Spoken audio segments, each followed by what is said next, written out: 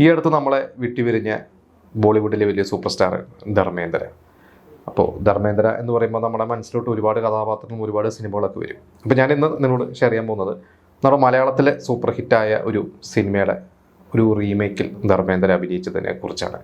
അപ്പോൾ എനിക്കതൊരു പുതിയൊരു അറിവായിരുന്നു. അപ്പോൾ അതിനെക്കുറിച്ചാണ് ഞാൻ നിങ്ങളോടൊന്ന് ഷെയർ ചെയ്യാൻ പോകുന്നത്. ഷാജി കൈലാസ്, സുരേഷ് ഗോപി കൂട്ടുകെട്ടുള്ള ഒരു ഭൂരിപക്ഷ സിനിമകളും സൂപ്പർ ഹിറ്റാണ് അല്ലെ. കമ്മീഷണർ ആയാലും ഏകലവ്യനായാലും നിങ്ങളുടെയൊക്കെ ഫേവറേറ്റ്സ് ചോദിച്ചു കഴിഞ്ഞാൽ പലർക്കും പലതും ആയിരിക്കും. അതിൽ എനിക്കൊരു ഫേവറേറ്റിലായിട്ടൊരു സിനിമയുണ്ട്, മാഫിയ. 93 ഇറങ്ങിയൊരു സിനിമയാണ്. അപ്പോൾ മാഫിയ എന്ന് പറയുന്ന ഒരു സിനിമ മലയാളത്തിൽ ഉള്ള സിനിമ ആ സമയത്ത് ഇറങ്ങിയ പല സിനിമകളെന്ന് വെച്ചാൽ ഡിഫറെൻ്റ് ആയിട്ടുള്ള, നമുക്കതൊരു ഒരു ഹോളിവുഡ് സ്റ്റൈലാണോ ബോളിവുഡ് സ്റ്റൈലാണോ എന്നൊക്കെ ആ രീതിയിലുള്ള ഒരു മേക്കിങ്ങും അതിൻ്റെ ഒരു സബ്ജക്റ്റൊക്കെ ഇന്നും ഭയങ്കര നമുക്ക് കാണുമ്പോൾ ഭയങ്കര ഒരു ഫ്രഷ് ഫീൽ കിട്ടുന്ന ഒരു സിനിമയാണ്. അതിൽ സുരേഷ് ഗോപിയും വിക്രമും, നമുക്കറിയാം ചേട്ടനും അനിയനൊക്കെ ആയിട്ട് അഭിനയിച്ച വിക്രമിൻ്റെ ഒക്കെ തുടക്കകാലത്തുള്ള ധ്രുവമൊക്കെ കഴിഞ്ഞിട്ടുള്ള ഒരു സിനിമയാണ്. അപ്പോൾ ഈ ധർമ്മേന്ദ്ര മരിച്ച ശേഷം ധർമ്മേന്ദ്രയെ കുറിച്ചുള്ള ഒരു റൈറ്റപ്പ്, അത് ഒരുപാട് പേര് ധർമ്മേന്ദ്രയെ കുറിച്ചുള്ള ഓർമ്മകളൊക്കെ പങ്കുവെച്ചതിൽ നമ്മുടെ നടൻ ബാബു ആൻ്റണി, നമുക്കറിയാം അദ്ദേഹം ഹിന്ദിയിലും ഒരുപാട് ഭാഷകൾ സിനിമകൾ ചെയ്തിട്ടുള്ള നടനാണ്. അപ്പോൾ ബാബു ആൻ്റണി ധർമ്മേന്ദ്രയെ കുറിച്ച് ഒരു റൈറ്റപ്പ് ചെയ്തിരുന്നത് മാഫിയ എന്ന് പറയുന്ന ഒരു സിനിമയുടെ റീമേക്ക് അഭിനയിച്ച സമയത്ത് ധർമ്മേന്ദ്രയായിട്ടുള്ള ഒരു ബന്ധങ്ങളെക്കുറിച്ച്.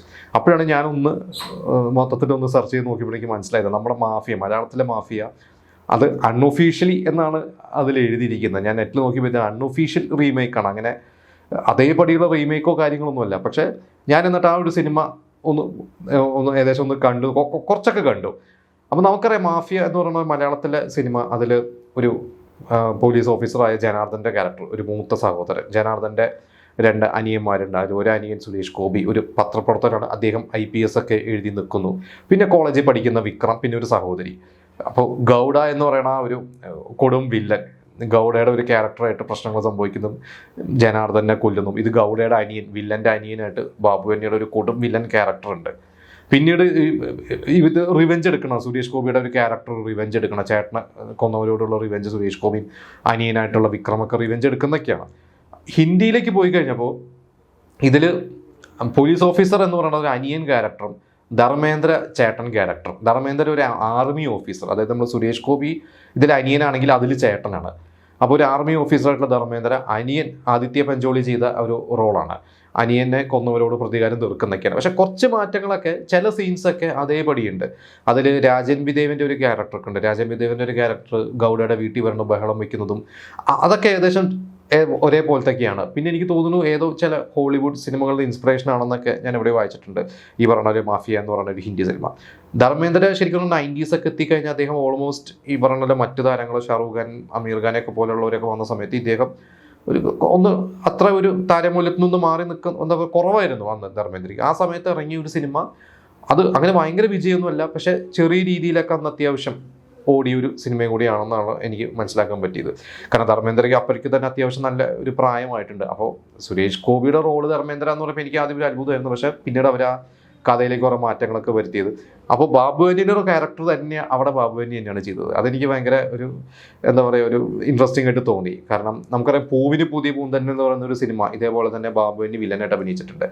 അത് എല്ലാ ഭാഷയിലേക്കും പോയപ്പോൾ ആ ഭാഷകളിലൊക്കെ ബാബു ആൻ്റണി തന്നെയായിരുന്നു അഭിനയിച്ചത്. അദ്ദേഹത്തെ ബോബ് ആൻ്റണി എന്നൊക്കെയായിരുന്നു മറ്റു ഭാഷകളിലൊക്കെ വിളിച്ചിരുന്നത്. അപ്പോൾ ഇതിൽ ബോബ് ആൻ്റണി എന്നാണ് ധർമ്മേന്ദ്ര വിളിച്ചെന്നൊക്കെ പറയുന്നുണ്ട്. അപ്പോൾ അന്ന് ലൊക്കേഷനിലുണ്ടായിരുന്ന ഒരു ഇൻസിഡൻ്റ് ഒക്കെ ബാബു ആൻ്റണി പറഞ്ഞിട്ടുണ്ട്. അതായത് അന്ന് ആ ഒരു ഫൈറ്റ് സീനൊക്കെ ഷൂട്ട് ചെയ്യണ സമയത്ത് ഒരു ആക്സിഡൻറ്റ് പറ്റി, എന്തോ ഒരു വലിയൊരു ആസ്പെക്ട് ഷീറ്റൊക്കെ ബാബു ആൻ്റണിയുടെ മേത്തേക്ക് വന്നു.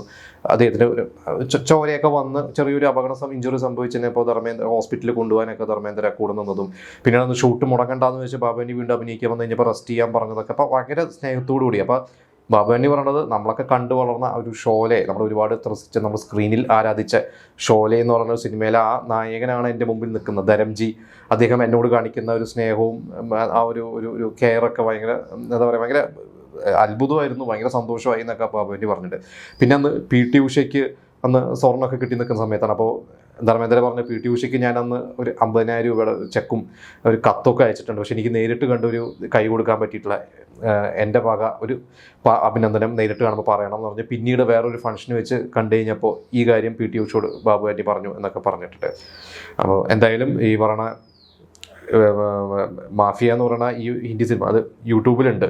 അപ്പോൾ വെറുതെ ജസ്റ്റ് ഒന്ന് നിങ്ങളൊക്കെ കാണാം. കാരണം മലയാളം മാഫിയ ഇത് നമുക്ക് ഒരിക്കലും കമ്പയർ ചെയ്യാൻ പറ്റില്ല.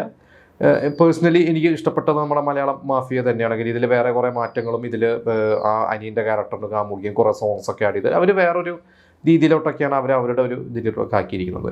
ഇപ്പോൾ ധർമ്മേന്ദ്രയെ കുറിച്ചുള്ള സിനിമകൾ ഒരുപാട് സിനിമകൾ പറയാനുണ്ട്. ഇപ്പോൾ ഷോലയെ കുറിച്ച് നമ്മൾ വലിയൊരു സെഗ്മെൻറ്റ് നമ്മൾ ചെയ്തിട്ടുണ്ടായിരുന്നു. അപ്പോൾ ആ ഒരു സെഗ്മെൻറ്റ് നമ്മൾ ചെയ്ത് കഴിഞ്ഞ സമയത്ത് നമുക്ക് വന്ന കമൻസ് ഒക്കെ നമുക്കറിയാം എത്ര പേര് ധർമ്മേന്ദ്ര എന്ന് പറയുന്ന ഒരു നടനോടുള്ള ഒരു ആരാധന. അമിതാഭ് ബച്ചനോളം തന്നെ എനിക്കൂടെ അമിതാഭ് ബച്ചനെക്കാട്ടും വളരെ സീനിയർ ആയിട്ടുള്ള നടനാണ്. അമിതാഭ് ബച്ചനെക്കാട്ടും സൂപ്പർ സ്റ്റാർ ആയിരുന്ന ആളായിരുന്നു ധർമ്മേന്ദ്ര. കുറേ കാലം അദ്ദേഹം ആ ഒരു സ്റ്റാർഡം അദ്ദേഹം നിലനിർത്തിയിരുന്നു. പിന്നെ അദ്ദേഹത്തിൻ്റെ മക്കളൊക്കെ നമുക്കറിയാം അവരും അത്യാവശ്യം അവരുടേതായ ഒരു സ്പേസ് ഉണ്ടാക്കിയെടുത്തിട്ടുള്ളതാണ്. അപ്പോൾ ധർമ്മേന്ദ്രയെ കുറിച്ചുള്ള നിങ്ങളുടെ ഓർമ്മകളും നിങ്ങൾക്ക് ഇഷ്ടപ്പെട്ട സിനിമകളും കഥാപാത്രങ്ങളും നമ്മളോട് ഷെയർ ചെയ്യാം.